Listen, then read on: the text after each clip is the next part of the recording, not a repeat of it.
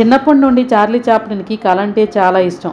కానీ ఆయన జీవితం మాత్రం పేదరికంతో నిండిపోయింది. ఆహారం కూడా దొరకని రోజులు ఉండేవి. తల్లి ఆసుపత్రిలో ఉండగా తండ్రి లేని పరిస్థితిలో ఆయన వీధుల్లో తిరుగుతూ బతికేవాడు. అయినా తనలోని నటనా ప్రతిభపై నమ్మకం పెట్టుకొని ఒకరోజు నాటక కంపెనీకి ఆడిషన్స్కి వెళ్ళాడు.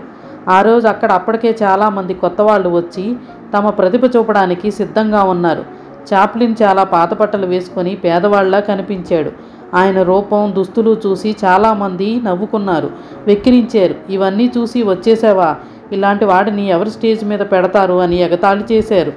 అయితే చాప్లిన్ మాత్రం వెనక్కి తగ్గలేదు. ఆడిషన్లో తనకు వచ్చిన అవకాశం పూర్తిగా ఉపయోగించుకున్నాడు. మొదట మైము, తర్వాత చిన్న స్కిట్ చేసి అక్కడ ఉన్నవారిని బిగ్గరగా నవ్వించాడు. మొదట్లో ఆయన్ని వెక్కిరించిన వాళ్లే చివరికి ఆయన టాలెంట్ చూసి ఆశ్చర్యపోయి చప్పట్లు కొట్టారు. ఆ ఆడిషన్ తర్వాత ఆయనకు స్టేజ్లో స్థానం దొరికింది.